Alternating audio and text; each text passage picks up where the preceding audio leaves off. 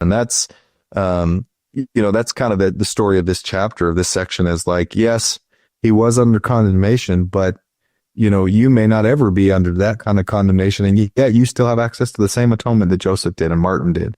That's kind of a beautiful thing to think about.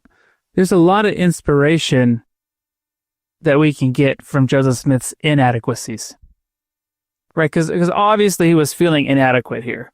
Like the fact that he was influenced into letting Martin Harris take the manuscript shows that he was worried. He was worried about losing Martin Harris's support, the financial backing, having someone to help with translation, etc. And this is a lesson he had to learn, right?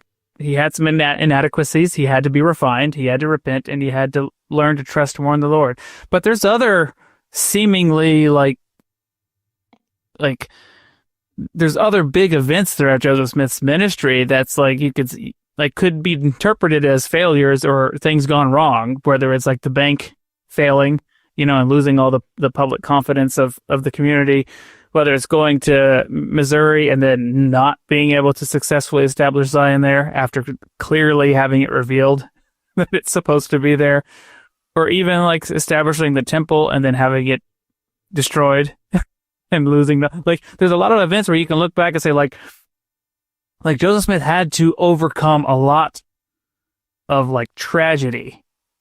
And he had to overcome, any one of us would be feeling very inadequate, with much smaller responsibilities given to us. All right. Yep. And it'd be very easy to look at these things that are happening and say, oh, I'm a failure. But in reality, no, he was not a failure. Things didn't go as maybe he thought they should have, but he was still doing everything that was asked of him. Mm. And therefore, this is how we started this section. Therefore, things will progress fine. The Lord will make sure that things get on track to where they need to be, how they need to be. All that's asked of us, and this is what we learned from Joseph Smith's example, is that we do what is asked of us. Mm-hmm. Right? I almost wonder too if he was experiencing a little bit of what do they call it, imposter syndrome, where he still felt do I really, is this really happening? Do I really belong? Am I really capable of being this individual and fulfilling this great responsibility? And that there probably was a little bit of a security blanket where he felt like other people were supporting him in the effort and in the endeavor, and he didn't want to lose that, and this was an opportunity for the Lord to remind Joseph, you don't need anyone else. Rely on me and my purposes will be fulfilled. That's another lesson here is, I know you think you need other people, but you don't. All you need is me, and I will help you accomplish what is necessary. And if it's not Martin Harris, I'll bring others to come and assist you where needed. I will always provide a way. And I think he even kind of mentions that in this chapter.